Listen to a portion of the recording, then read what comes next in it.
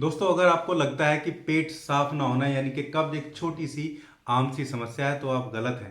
आप इसकी सीवियरिटी का अंदाजा इस बात से लगा सकते हैं कि हमारे क्लिनिक में आने वाले हर 5 में से 2 मरीज इस समस्या से ग्रसित हैं। और सबसे बड़ी बात यह है कि इस समस्या का हल बता के बेचे जाने वाले प्रोडक्ट जो चूर्ण या टैबलेट या फिर कोई सिरप है, वो इस समस्या को हल नहीं करते हैं। आपको फौरी राहत तो दे देते हैं, लेकिन वो आपको एक जाल में, एक ट्रैप में फंसा देते हैं जिससे बाहर निकलना मुश्किल हो जाता है। आज आप लोगों को मैं एक ऐसा शुद्ध देसी फॉर्मूला बताने वाला हूं जिसको यूज करके आप अपने पेट को क्लीन साफ कर सकते। आपके पेट की आंतों की सारी गंदगी को ये बाहर कर देगा। और सबसे बड़ी बात पता है क्या है? इसकी आदत आपको नहीं पड़ती और ना ही आपकी आंतों को कोई नुकसान पहुंचाता है।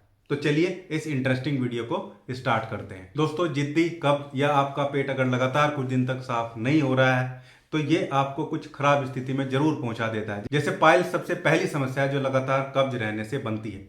इसके बाद जब आपकी इंटेस्टाइन में लगातार ये मल फंसा रहता है तो ये आपको फीसर जैसी समस्या भी दे सकता है, एसिडिटी, थकान और यहां तक कि ये गट फ्लोरा को खराब करके आपके जो एंजाइटी को कंट्रोल करने वाले हार्मोन है, क्योंकि हमारी आंतों को सेकंड ब्रेन कहा जाता है, उसको खराब करके आपको एंजाइटी जैसी खराब स्थिति में भी पहुंचा सकता है। इसलिए इसका इलाज होना बहुत जरूरी है। और ज्यादातर लोग समझते हैं कि ये केवल फाइबर की समस्या और फल फ्रूट खाने से चीजें ठीक हो जाती है, तो एक्चुअली ऐसा बिल्कुल भी नहीं है। आंतों की पेरिस्टाल्सिस कम होना, गैस से भरी हुई कोलन, लगातार गैस भरी रहती है, शरीर में पानी की कमी लगातार बनी रहना, और सबसे जरूरी है कि आपकी आंतों की एब्जॉर्प्शन क्षमता भी लगातार इसमें खराब रहती है।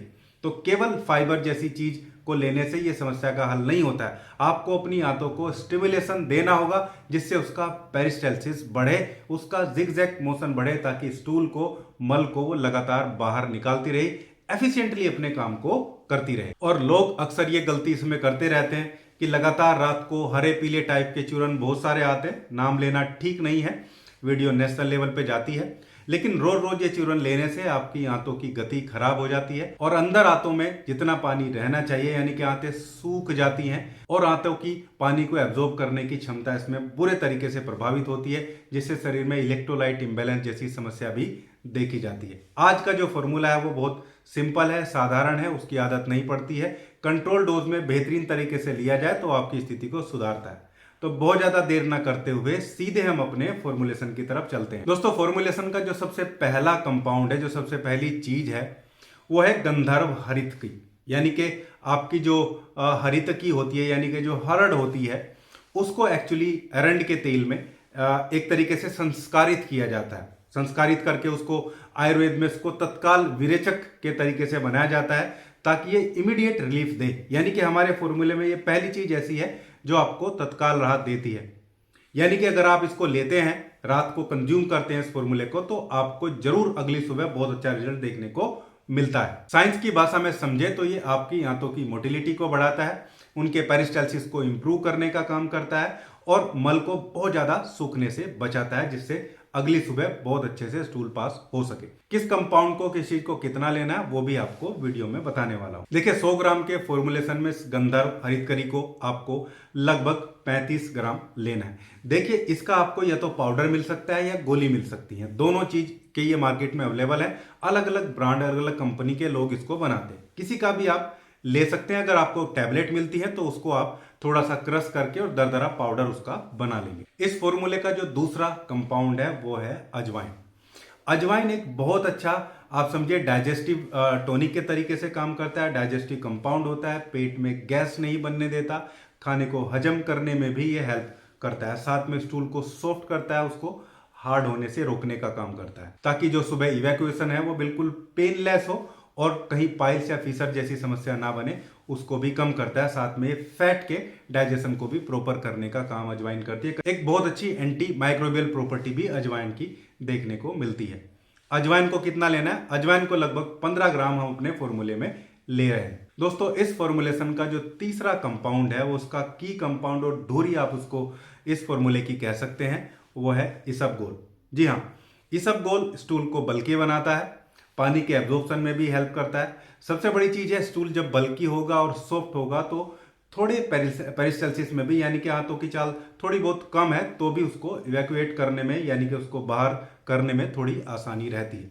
ईसबगोल को जब लगातार हम यूज करते हैं तो ये आंतों की न केवल पेरिस्टाल्सिस को बढ़ाता है, इवन जो उसकी मस्कुलर स्ट्रेंथ है उसको भी इंप्रूव करता है। और जो आजकल लीकी गट जैसी समस्या देखने को मिल रही है, जिससे बहुत सारी ऑटोइम्यून और दूसरी समस्याएं होती हैं, उसको भी ये रोकने का काम करता है। ईसबगोल को अपने फॉर्मुलेशन में हम सबसे ज्यादा लगभग 40 ग्राम ले रहे हैं। दोस्तों मैं आपको 100 ग्राम फॉर्मुलेशन बनाना बता रहा हूं। इसमें अभी एक चीज और हमें ऐड करनी है, लेकिन इससे पहले अगर आपने वीडियो यहां तक देखा है, इससे पहले भी मेरी बहुत सारी वीडियो मैंने पब्लिश करी है, आपको वीडियो अच्छी लग रही है तो आप कमेंट बॉक्स में जरूर लिखिएगा कि आप मेरी वीडियो भारत में, देश में कहां कहां से देख रहे हैं। दोस्तों इस फॉर्मुलेशन का जो लास्ट कंपाउंड है वो सौंफ है। सौंफ एक्चुअली थोड़ा एक न्यूट्रलाइजेशन कंपाउंड की तरीके से काम करता है। ये एसिडिटी को शांत करता है। पेट में जो हाइड्रोक्लोरिक एसिड के की वजह से अगर कोई जलन या कोई किसी को गैस एसिडिटी की समस्या है, उसको भी बैलेंस करता है। साथ में ये स्टूल को सॉफ्ट बनाने का काम भी करता है। एक समझिए कूलिंग एजेंट के तरीके से सौंफ हमारे लगभग हर एक डाइजेस्टिव फॉर्मूले में रहना चाहिए। सौंफ को वैसे भी लोग सौंफ का पानी पीते हैं तो बहुत बेहतरीन तरीके से रिजल्ट उसके मिलते हैं। सौंफ को हम अपने फॉर्मूले में 100 ग्राम में लगभग 10 ग्राम के आसपास सौंफ को हमें लेना है। अब बात करते हैं कि इस फॉर्मुलेशन को बनाना कैसे है।